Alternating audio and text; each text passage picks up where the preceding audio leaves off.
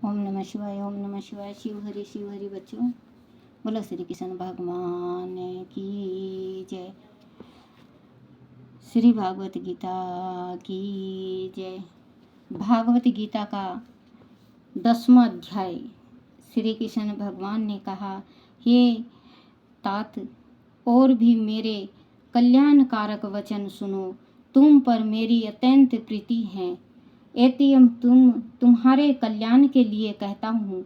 मेरी उत्पत्ति का हाल ना तो देवगण जानते हैं और ना ऋषि लोग। मैं ही देव और महर्षियों का आदि कारण हूँ। जो मुझे अजन्म आनंदी और सब लोगों का ईश्वर जानते हैं, वह सब मोह रहित हैं। उनके पाप नष्ट हो गए हैं। बुद्धि, ज्ञान, अमूढ़ता, क्षमा, सत्य,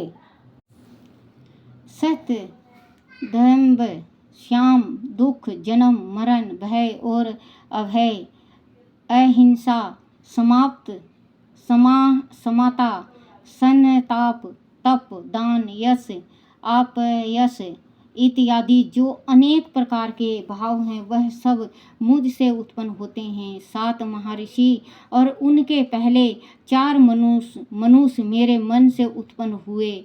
जगत के समस्त प्राणी उनके उत्पन्न हुए।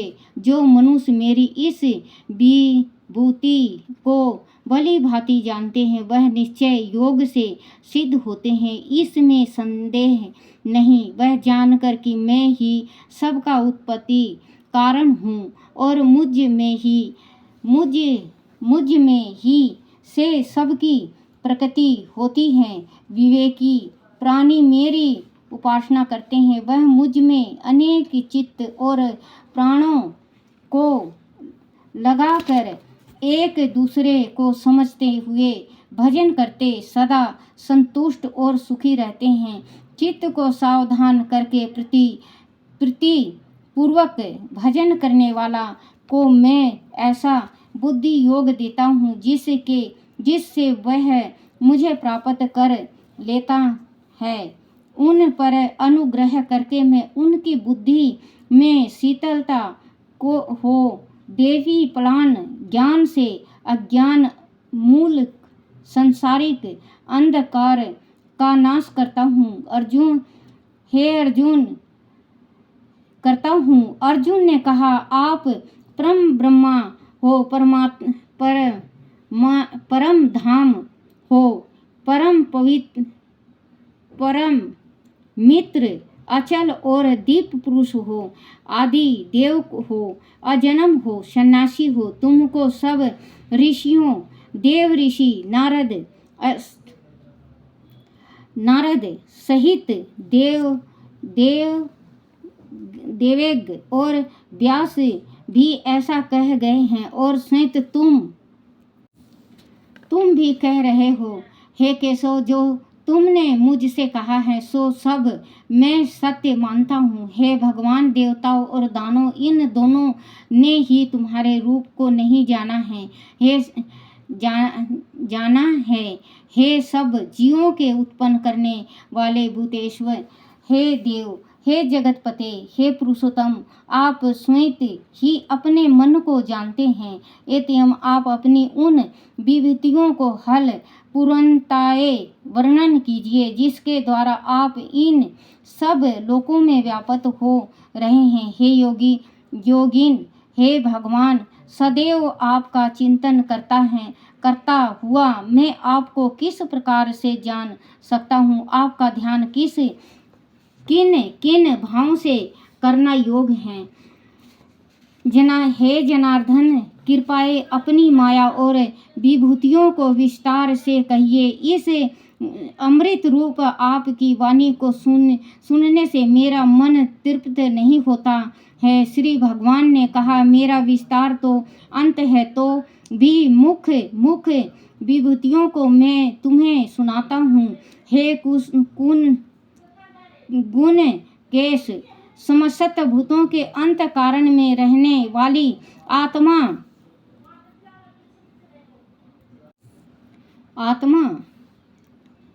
मैं ही हूँ, मैं ही उनका आदि मध्य और अंत हूँ। मैं आदियों में विष्णु प्रकाश प्रकाश को मैं अनेक किरणों से सुशोभित सूर्य मारु धन गणों में मारीच और नक्षत्र में चंद्रमा हूँ। मैं वेदों में समावेद, देवों में इंद्र, इंद्रियों में मन और दुर्द मान में चेतना में ही हूँ।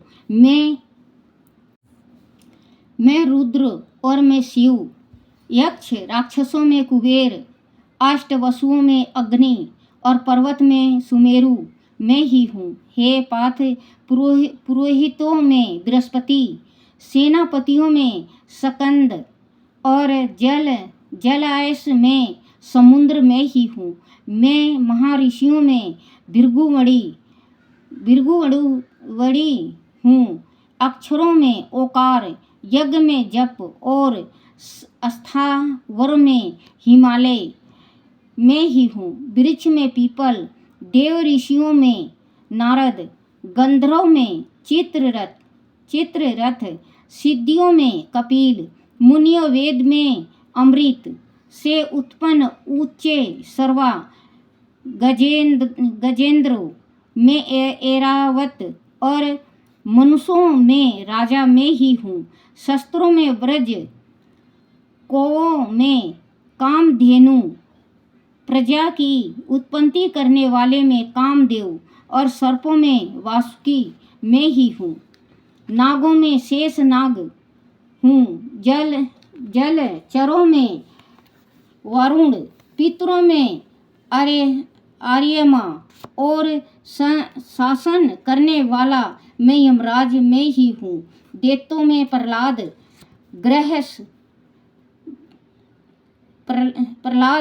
ग्रस करने वालों में काल, मृगों में सिंह और पक्षियों में गरुड़ मैं ही हूँ।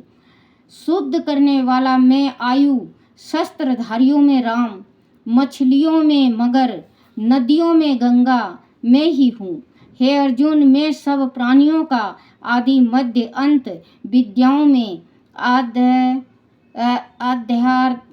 आत्मा विद्या और वाद विवादों में वादा मैं ही हूँ। अक्षरों में ओकार, समासों में ढूढ़, अक्षय कोख और चार मुख वाला ब्रह्मा भी मैं ही हूँ।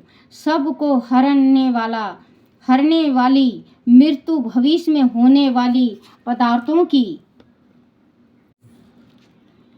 उत्पत्ति, स्त्रियों में कीर्ति, लक्ष्मी, वाणी, समृद्धि, मेधा, धीति और क्षमा मैं ही हूँ।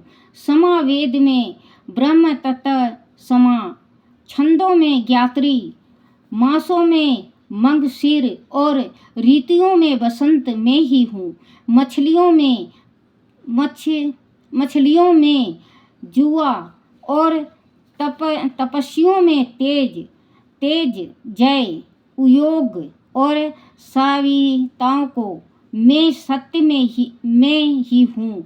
यादों में वासुदेव, पांडवों में अर्जुन, मुनियों में व्यास और कवियों में शुक्र मैं ही हूँ। दमन करने वाला मैं दंड, जय चाहने वालों में नीति, ग्रह पदार्थों में मौन और ज्ञानियों में ज्ञान में ही हूँ। और हे अर्जुन, भूत भाव का जो बीज है वह भी मैं ही हूँ। मेरे अतिरिक्त चराचर भूत कुछ भी नहीं है। हे परंतप, मेरी दीप विभूतियों का अंत नहीं है। वह विभूतियों का विस्तार मैंने संक्षेप में कहा है। जो वस्तुएं ऐश्वर्यवान, शोभामान और सायवान है, उसे मेरे ही तेज के अंश से उत्पन्न हुआ जानो। अथवा हे अर्जुन, इस ज्ञान से तुमको क्या प्रयोजन है वह जान लो कि मैं अपने एक ही अंश से इस संपूर्ण जगत में व्याप्त हूँ। बोलो श्री कृष्ण भगवान की जय। बोलो श्री भागवत गीता की जय। बोलो श्री कृष्ण भगवान की जय। 10वां अध्याय गीता का महात्म। श्री नारायण जी बोले, हे लक्ष्मी जी, अब 10वें अध्याय का महात्म कहता हूँ, तुम श्रवण करो। एक समय के कैलाश पर्वत पर शिव पार्वती बैठे थे। एक हंस मेरे दर्शन को आया। वह हंस ब्रह्मा का वाहन था। ब्रह्मलोक से मनो सरोवर को जाता था। उसे सरोवर में सुंदर कमल के फूल थे। वह हंस एक कमल को लांघने लगा। उसकी परछाई कमल पर पड़ी। वह हंस अचेतना काल हो आकाश से गिर पड़ा। तब उसी समय उस मार्ग में मेरा एक गण आया। हंस को गिरा देखकर गण ने कहा, हे स्वामी, यह हंस आपके दर्शन को आया था, श्याम वर्ण होकर गिर पड़ा है। गण मेरी आज्ञा से हंस को ले आया। मैंने पूछा, हे हंस, तू श्याम वर्ण क्यों हुआ? हंस ने कहा, हे प्रभु जी, मैं आपके दर्शनों को आ रहा था। मन सरोवर में कमल के फूल खिले हुए थे। मैं उनको लांघ कर आया। उसे से मेरी देह श्याम वर्ण हो गई और मैं आकाश से गिर पड़ा।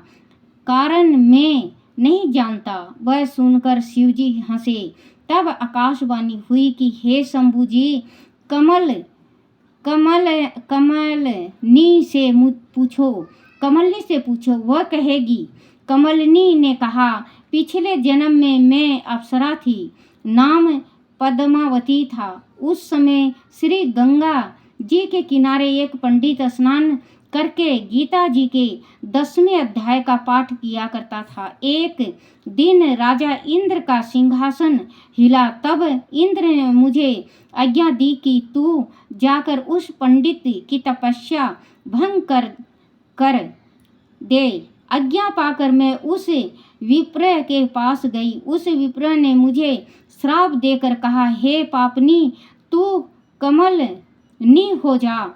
उसी समय मैं कमलनी हो गई। तभी से मैं गीता के 10वें अध्याय का पाठ करती हूँ।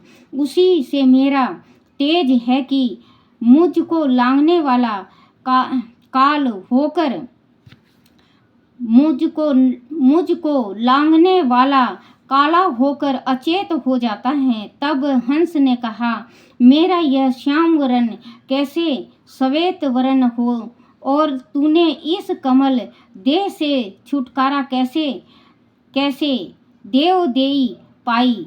तब कमलनी ने कहा, जब कोई भी गीता जी के 10वें अध्याय का पाठ सुनाएगा तब उद्धार होगा।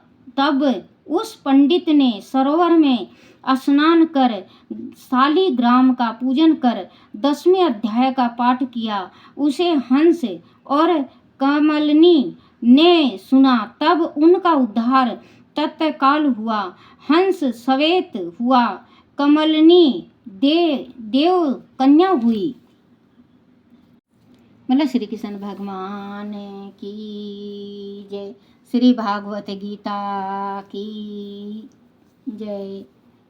अपने अपने माता पिता की जय।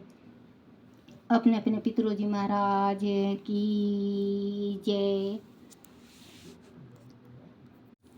श्री कृष्ण गोविंद हरे मुरारी, हे नाथ नारायण वासुदेवाय, हे नाथ नारायण वासुदेवाय, हे नाथ नारायण वासुदेवाय, हे नाथ नारायण वासुदेवाय, हे नाथ नारायण वासुदेवाय। बोलो श्री कृष्ण भगवान की जय। श्री कृष्ण भगवान ने कहा, संसार का असर कैसे छूटे, मन की खटपट कैसे मिटे। सवाल आया है कि मन की खटपट हलचल अशांति कैसे मिटे। बहुत सीधी सरल बात है कि मन में जो खटपट है वह अपने अपने जानने में आती है। तो जानने में जो चीज़ आती है, देखने में जो चीज़ आती है, वह अपना स्वरूप नहीं होती है। मेरे को मकान दिखा तो क्या मैं मकान हो गया। मेरे को एक पत्थर दिखा क्या मैं पत्थर हो गया। दिखने वाली चीज अलग होती है और देखने वाला अलग होता है, इसमें संदेह नहीं है। खटपट होती है, इसका जिसको ज्ञान है वह आप हो। आप खटपट को देखने वाले हुए, इसमें संदेह है क्या। खटपट को हम देखते हैं और खटपट दिखने वाली हुई तो हमें क्या बांध लेगी।